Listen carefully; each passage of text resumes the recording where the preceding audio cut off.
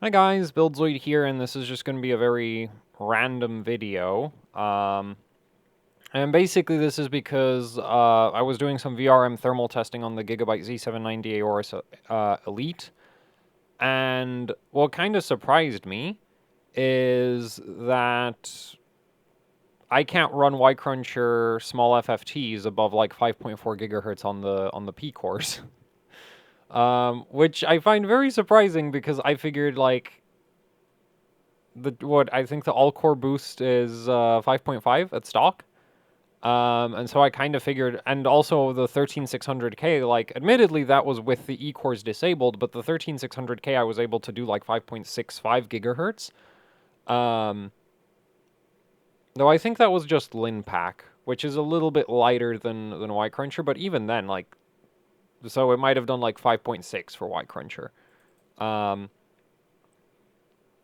Anyway, and the issue is, like, it just gets extremely hot when running Y-Cruncher, especially if I run it for an extended period of time, right? Like, if we just start it right now,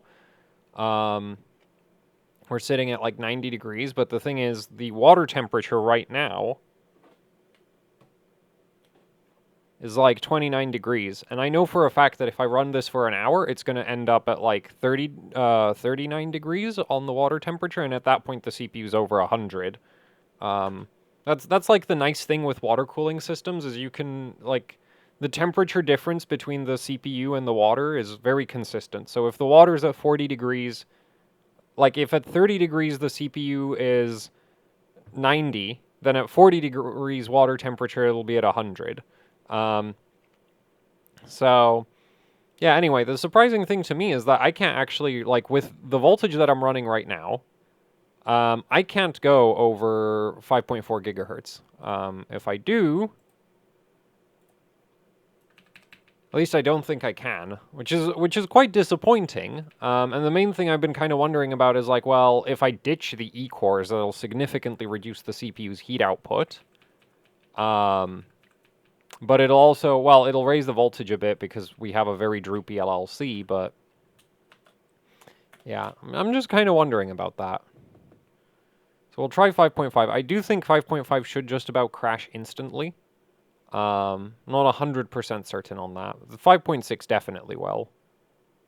Also, this 13900K doesn't seem to be particularly good in terms of silicon quality. Like, the memory controller is actually atrocious. Like, I know for a fact that this is one of the worst, like, DDR5 memory controllers you can get. Because every single motherboard that I've tested with this CPU, just memory overclocking is terrible. And it is also entirely possible that the cores also suck. So we've got hardware info open, and now if we start Y-Cruncher,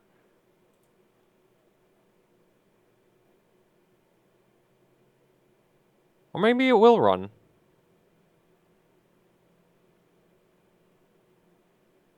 We'll see, I guess.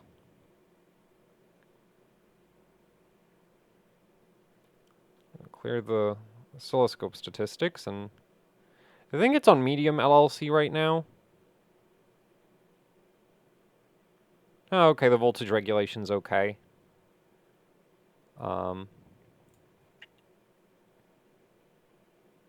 Okay, so 5.5 doesn't immediately crash.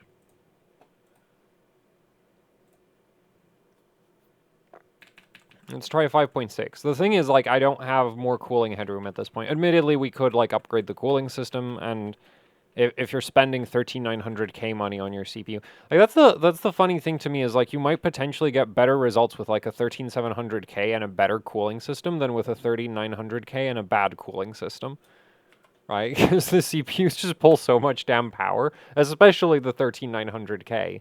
And I guess you could, like, disable some of the E-cores, not necessarily all of them, but I don't know. I feel like I'd probably just disable all of them.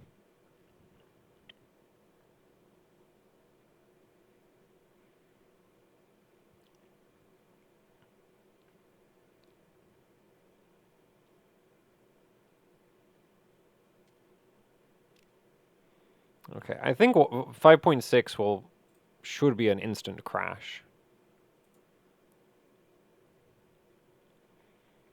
Like, the funny thing is the CPU is hitting these frequencies at well below 1.2 volts, because there's, like, the oscilloscope is measuring from the back of the CPU socket, so the average voltage at the CPU has to be at, like, maybe 1.18 or something. And yeah, that just instantly... Oh, and there goes the whole system. So that completely locked up. You can actually kind of... Oh, and now the CPU reset. Yeah. So it's kind of fun that you can see on the oscilloscope how it, like, the crash propagates, right? First we lose one core, then the system locks up. You can still see that the CPU is trying to run Y Cruncher because the voltage is quite low. And then once it finally, like, properly locks up, the voltage comes back up because it stops running anything. Anyway.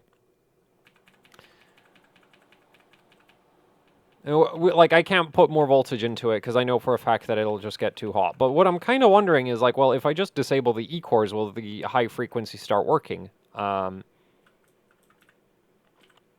basically the test that I want to do here today. Is, like, if I just... Because the thing... Well, the temperature of the P-cores might go through the roof when we do this. So that'll be interesting to see. So we're just going to ditch the E-cores.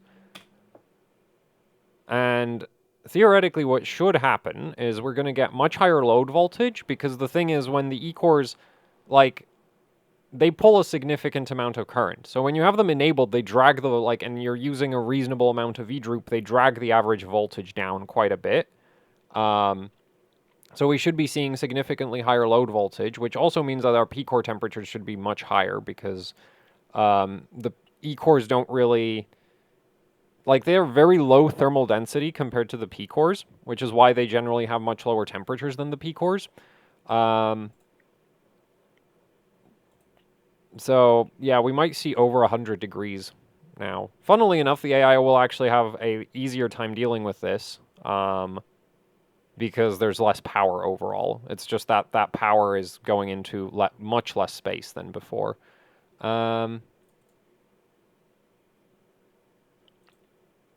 Oh, whoa. Oh, I was not expecting that at all. So actually the E-cores dump so much heat that, like, they saturate the IHS. Like, our temperatures are really nice. Our average voltage right now is, like, way up. I should have... Right? Like, our average voltage is at 1.28 volts. We're, like, up 30 millivolts from before. Like, before we were running at around 1.25, now we're running 1.28. I didn't touch the LLC. This is just, like, from the current draw reduction of ditching the E-cores. And yeah, so now 5.6 should actually be no problem. Our temperatures are comparable, which I wasn't really expecting. That's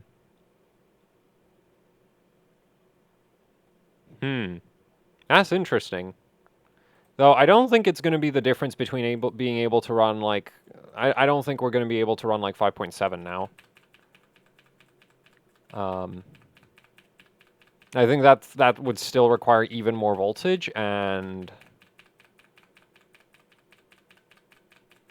Actually, you might be on low LLC. I'm not entirely sure. Let's check. Advanced voltage settings. No, it's on medium. Okay. Well, let's try 5.7, shall we?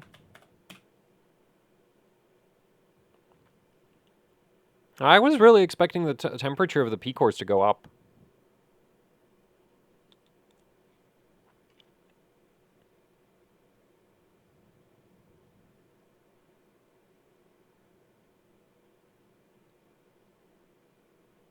Because, like, our average voltage is, what, like 30 millivolts higher, which, yeah, like, 30 millivolts, that's not nothing. It's...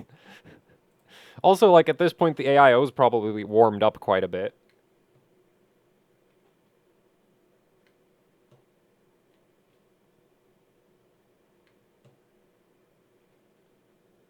Actually, it's cold. That is surprising. I mean, I do have the fans permanently maxed out, so I guess it, like, just rebooting the system is enough to make it cool down quite a bit. Okay, 5.7 does not work.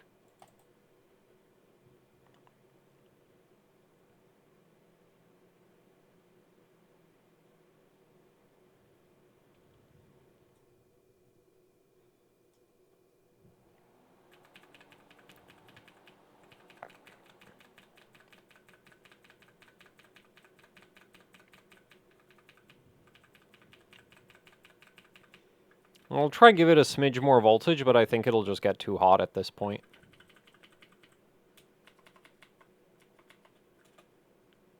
That's not really a smidge, but we'll see how it goes.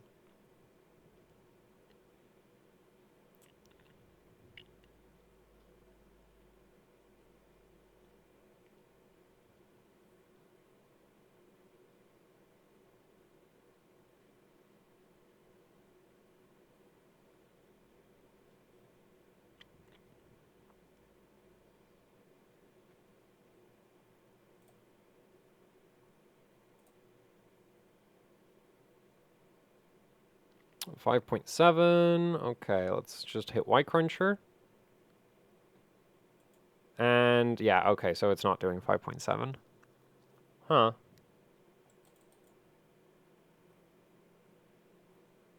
Yeah. Huh, okay. That's I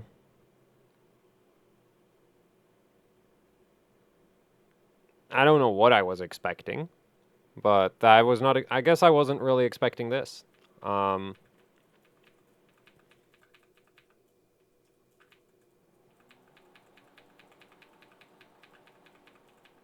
was kind of thinking like, yeah, I was basically expecting more of an improvement by just ditching the E-cores. I mean, yeah. That I think is basically the easiest way to put it. Now, I am wondering if we'd also disable the hyper-threading. Now, I wouldn't really... Well, I don't think I would, like, want to disable a 13900K to this level of just, like, no E-cores, no hyper-threading, because then it's like, why did you pay that much for your CPU?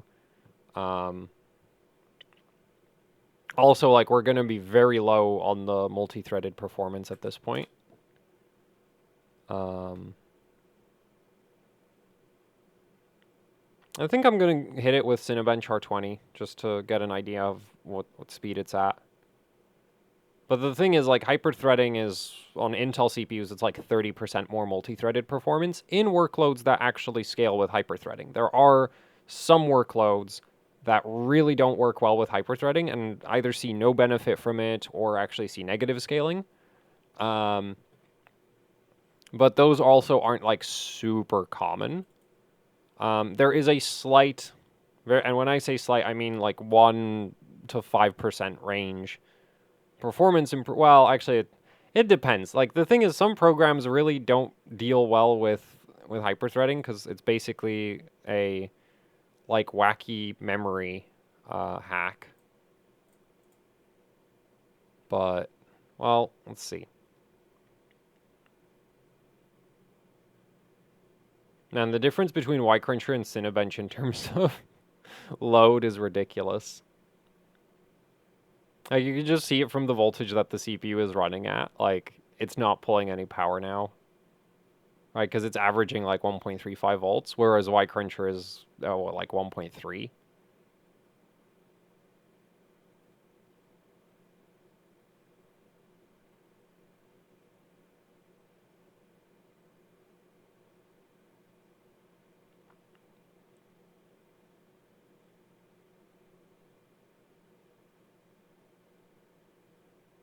Actually, that's not that bad.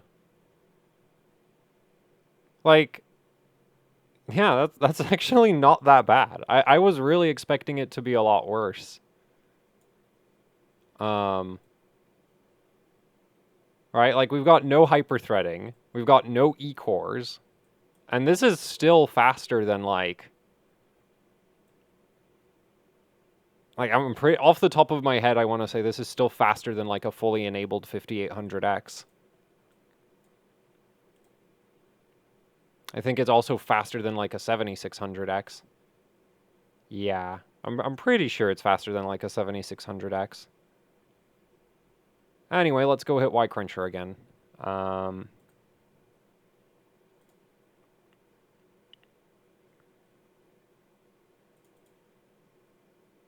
Actually, no, we're getting about 1.33 in Y Cruncher. Yeah, but man, the temperatures are way down. And the reason this happens, why you get this massive temperature drop if you disable hyperthreading, is because hyperthreading basically just shoves more instructions through the same transistors. So you get an improvement in your multi-threaded performance, but you get an equally large like power consumption increase. So you get 30% more, say roughly 30% more multi-threaded performance at the cost of basically 30% more power being squeezed through the exact same cores as without hyperthreading. So your thermal density is actually really high when you have hyperthreading. And this is also true of AMD's SMT. In fact, AMD's SMT might be even worse because it generally gives a bigger performance improvement than Intel's hyperthreading does. So that's 5.7. Now our voltage is really high. Let's see if we can do 5.8. I think well, we can, like, the thing is, at this point, we can raise the voltage again.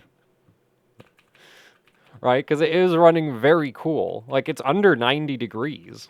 And this is why I would really like it if, like, this is basically why I really wish 13th gen and 12th gen were, like, a 10-core, like, the top CPU was a 10-core, and the like 13900K was a 12 core, which funnily enough wouldn't even be significantly, like the silicon wouldn't end up being significantly larger than what it currently is, because one of those E-core clusters is actually very slightly bigger than a P-core.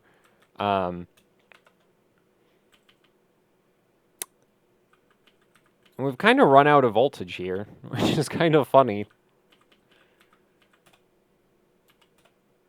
Yeah, I wouldn't really recommend using high LLC, but so we'll try it without raising the LLC again.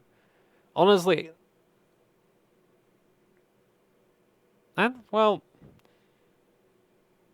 I guess I think I need to do a bit of a test of like stock behavior for like low load workloads for the voltage. Because if the CPU on its own boost system is sitting at like 1.5 volts, if you're running a single core load, then I wouldn't really feel bad about letting the CPU idle at 1.5 volts. I would actually be completely indifferent to that. Like, if Intel is willing to let the CPU run, like, single-core loads at, like, 1.5, then I'm perfectly happy to let the desktop run at 1.5.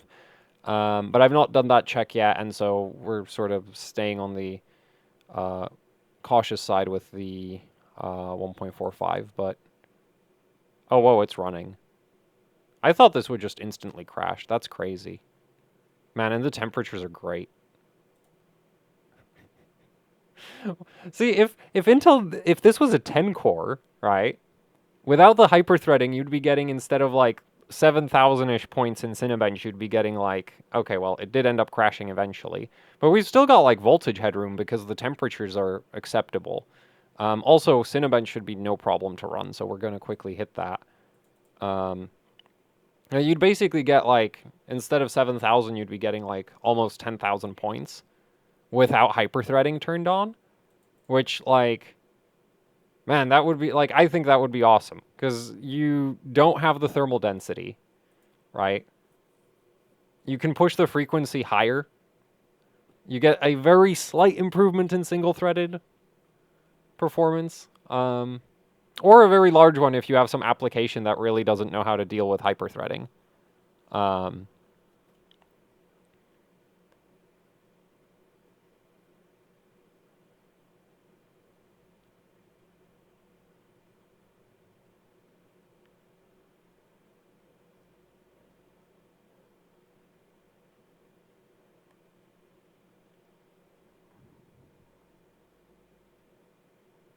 You know what's crazy to me? My personal, like, my daily system is, like, not much above 7,000 points in Cinebench R20.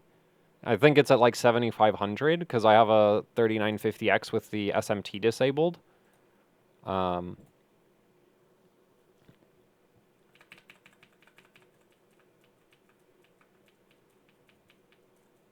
So it's kind of crazy to see an 8-core CPU spitting out, like, similar amounts of multi-threaded performance without, having to rely on hyperthreading. Okay, so let's see. Now let's just go for like 1.475. I mean 1.4, yeah, 1.475.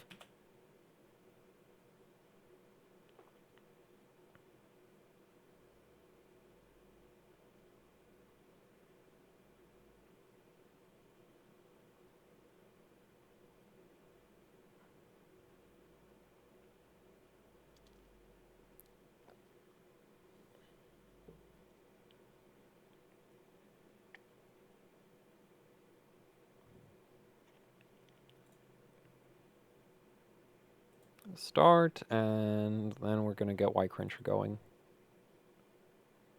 How are the temperatures? Man, the temperatures are really... Like, we still got voltage headroom. That's insane. You could... Man, I think you could almost do, like, a 6 gigahertz Y Cruncher like this. Actually, no. So, the sad thing about this is, like, oh, we've got all this voltage headroom. It's like, go for 6 gigahertz for Y Cruncher. The problem is the voltage frequency curve on pretty much like on most modern CPUs gets very, very pointy towards the end. So like going from like 5.8 to 5.9 is gonna need like an incredible, like a ridiculous amount of voltage. Going from 5.9 to 6 gigahertz is probably just completely impossible. But man, that is cool. That like you can. Like, I would not be surprised if this was actually completely stable. Also that, well, I don't think that package power draw reading is accurate right now, but, because if I'm not mistaken, it's calculated off of the vid voltage, which is way off. We're not, like, the CPU's not getting 1.375 volts. Like, I know for a fact, like, we can just look at the oscilloscope voltage, right? The oscilloscope is seeing 1.34 volts. The oscilloscope is measuring from the back of the CPU socket. There's a voltage drop across the CPU socket. So the CPU is probably at like 1.28 right now or something. That's crazy though. 1.35, yeah. So this is probably like, because I'm in the like the scope's hooked up in the like bottom rightmost corner of the socket, as far away as from the VRM as I can get. The motherboard's own vCore sensor is probably right around the middle of the CPU socket. So that's probably why it's reading a bit higher.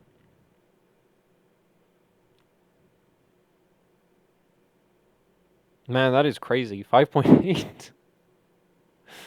Like, the crazy thing to me about this is, like, if I turn the E-cores back on, if I turn the hyper-threading back on, like, this is just not going to run at all. Actually, I'm pretty sure if I just turn on the E-cores, this is just immediately going to crash. Okay, the AIO is kind of heating up now. Yeah, it's at 33 degrees already. Man, the power consumption here is kind of insane.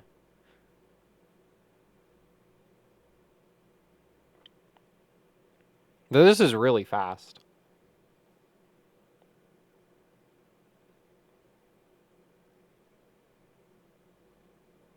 Also, if you started with a CPU that can do like 5.6 with the E-cores turned on, you could probably do 6 gigahertz Y Cruncher. Actually, I should try that. I have a 13900K's here. It should be way better than this 13900K. It might do 6 gigahertz Y Cruncher with the E-cores turned off and with the hyper-threading turned off. Maybe it'll do 6.1, which would be absolutely ridiculous. At that point, I would actually probably just daily it like that, even even with all the penalties of like, oh, I've disabled pretty much, like like most of the CPU's multi-core performance is just gone. But like the single-threaded would be so incredibly high. Oh, and Y Cruncher crashed. Oh. Okay, so it looks like, yeah, okay, there's no way this chip's doing anything higher than 5.8. I think if I threw more, definitely if I throw more cooling at this, it should be possible to stabilize 5.8 without the hyper-threading. So by more cooling, I mean like custom loop. Actually, let's just start Y Cruncher again, because...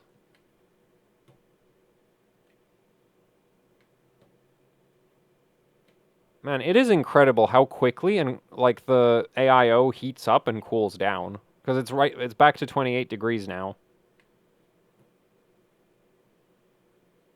And now it's at 32.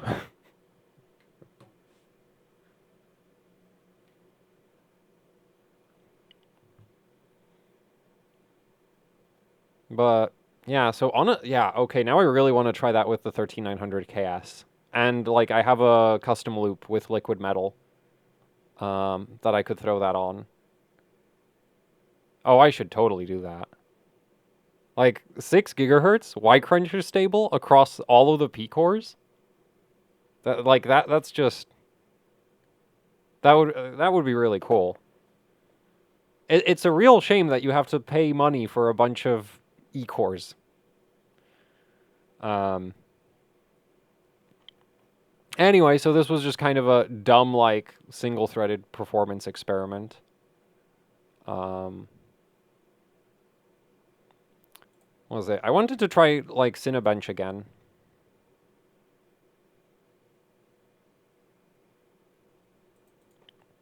Like, the man, this is the thing. If you didn't have e-cores, it wouldn't be like, oh, but I'm giving up so much multi-threaded performance, and you wouldn't have to think about like, well, do I actually need that multi-threaded performance, right? Because that's kind of the thing is like,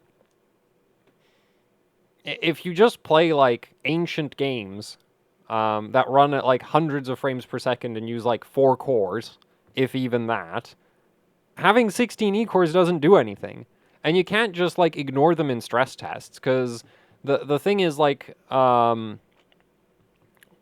like you might think like when the game is running it might only use 4 cores, but when you're on like a loading screen or something, a lot of games will actually have relatively CPU heavy like asset decompression. And so you'll end up in this really awkward scenario where it's like, oh, once the game is running, it's fine, but the loading screen crashes because the loading screen is fully multi-threaded. Um, man, but that is crazy being able to do 6,900 points with like most of the CPU turned off. Actually, to be fair, disabling hyperthreading doesn't actually really turn anything off. It just reduces how much work each core has to do. Um,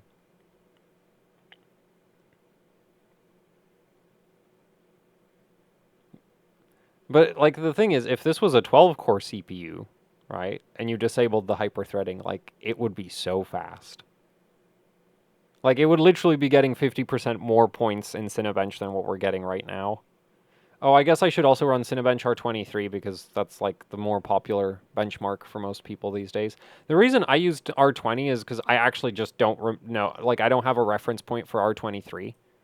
Um, Like I've run R20 on so many different systems over the years that like if I see an R20 score, I automatically know if it's good or bad. Whereas if I see an R23 score, I just have no freaking idea if it's good or bad.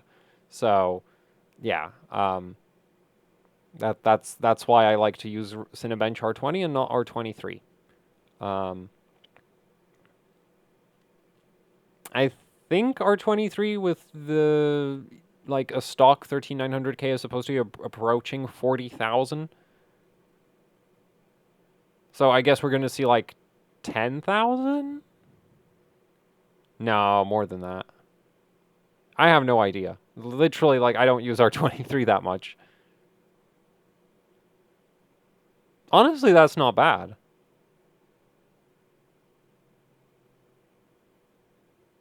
Right? Because, I mean, if I re-enable everything, I think the CPU tops out at around 40,000 points. So, like, yeah, we're getting less than half the multi-threaded performance, but I don't know that, like, it depends. It depends what you use your system for. I think if it was my personal system, I don't think I would care. But anyway, so yeah, this was just an experiment I kind of want. Like, the main point was actually to see the effect of, like, turning the E-cores on and off, which isn't actually that big. I really thought that would make more of a difference to the max frequency than it did. Um, but, like, it mainly affects the heat output. It doesn't actually affect the max frequency that much, which is kind of interesting. Unless, like, if you're running out of cooling, then actually it will affect your heat, like, max frequency quite a bit, because obviously if you have less heat output, well, you can, you know, run higher voltages, but, for the P cores. But, yeah, like, I did not expect to see such a big difference by killing the hyperthreading. I thought that would make less of a difference. Then again, I guess it makes sense because the hyperthreading really does, like, not only does it reduce your power consumption, it also reduces your thermal density. Whereas killing the E-cores just reduces power consumption. It doesn't change the thermal density, um, like, anywhere near as much as hyperthreading does, right? Because hyperthreading literally just squeezes 30% more instructions through the P-cores. So that's basically a 30% increase in heat density of the P-cores.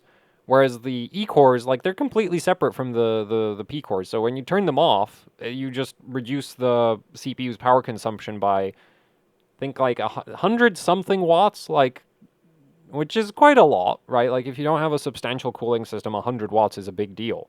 But like, the consequent, like, increase in load voltage isn't really that big and doesn't change the power consumption that much, which is interesting. Anyway, I don't know if I'm necessarily gonna. No, will I upload this video? I don't know, maybe. Honestly, I'm kind of tempted to try get Y-Cruncher stable.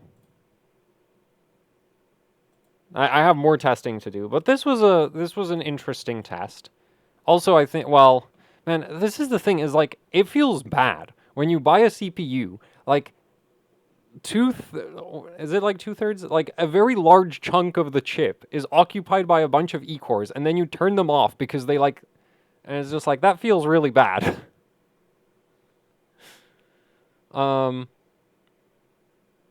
But at the same time, it's like, if you don't use your system for, like, rendering or something, or you don't play games that are very multi-threaded, there are some games that benefit from the E-cores these days.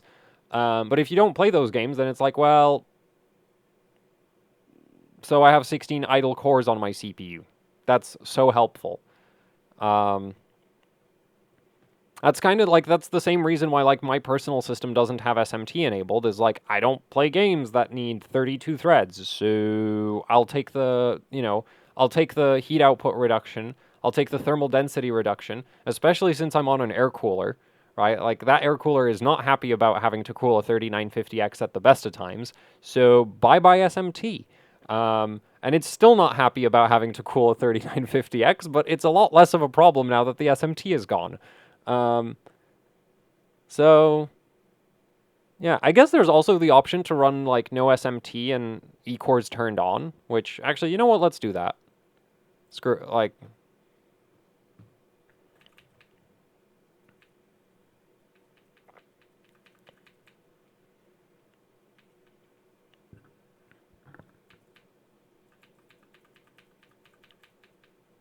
No, I'm pretty, well, maybe 5.7?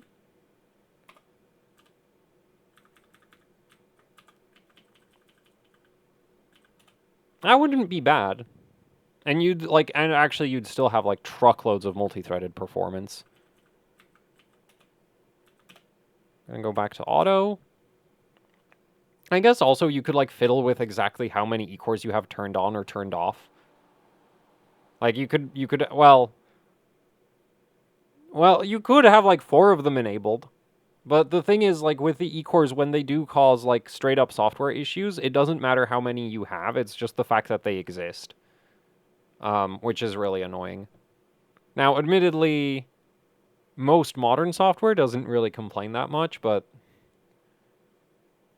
Like, for me, the main annoyance is, like, HCI memtest just doesn't know how to deal with the E-cores. So, like, when you start HCI memtest, it starts all the worker threads on, like, the P-cores, and then it eventually, for some reason, gets pinned to all of the E-cores.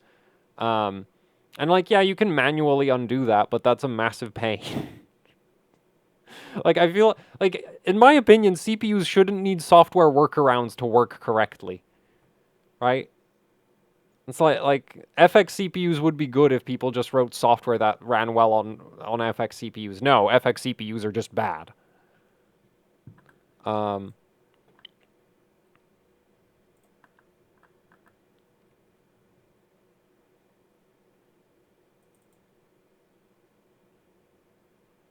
It didn't instantly crash. That's interesting.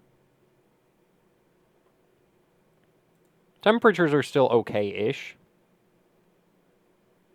Actually, yeah, the temperatures really didn't change that much. Then again, our, like, voltage is down a little bit, and...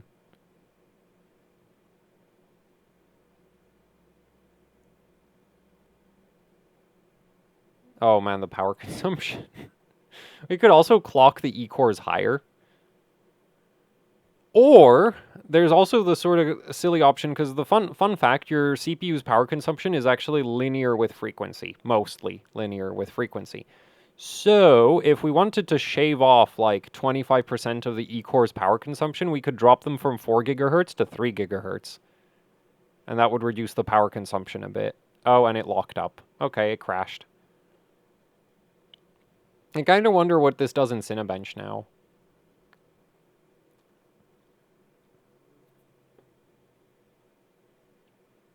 The thing is, like, if we just had P-cores, like, sure, it would have less Cinebench score, but I don't think I would care.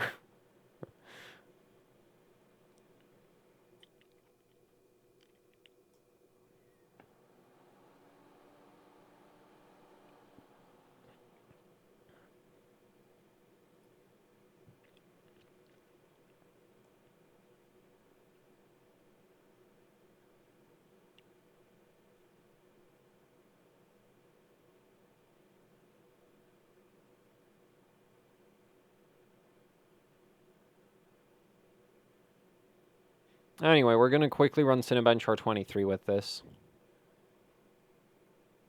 I think the performance will double, right? So previously we got, well, like 17,000 points. Actually, there's no way we're getting, what? Well, no, 34,000 isn't...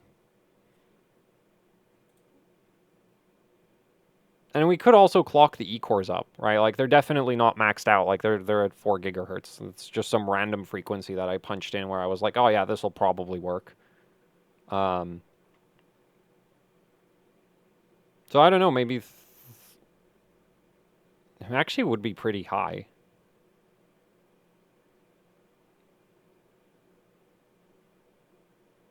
Huh, 34,000 points. So basically double the performance. Yeah, so you need what, like... So 16 E-cores are about equivalent to 8 P-cores without hyperthreading. They admit, actually... Well, they are also at 4 gigahertz, so...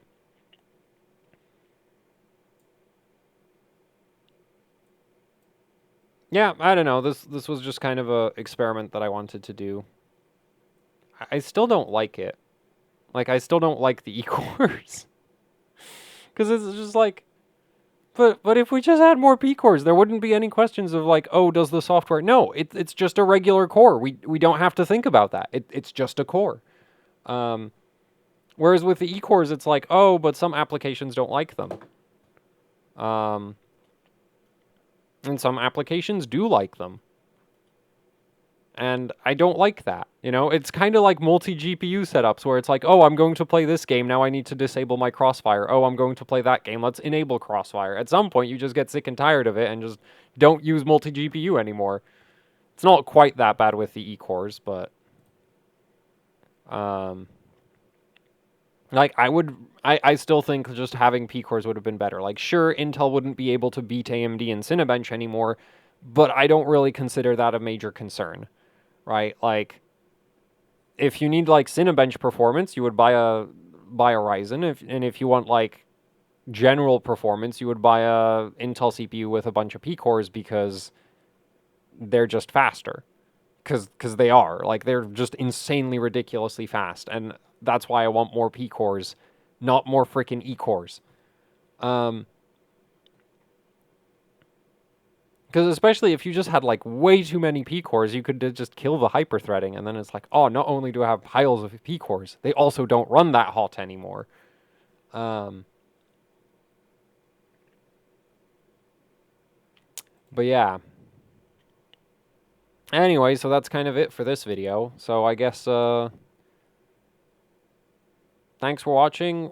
Like, share, subscribe, leave any comments, questions, suggestions down in the comments section below. If you'd like to support what I do here with actually hardcore overclocking, I have a Patreon. There's a link to that down in the description below. There's also the AHOC Teespring store where you can pick up shirts, hoodies, posters, you know, the usual YouTuber merch. And I've also got a Bandcamp. There's a link to that down in the description below as well. And yeah, so if you'd like to support the channel, you can check those links out. And that's it for the video. So thank you for watching, and goodbye.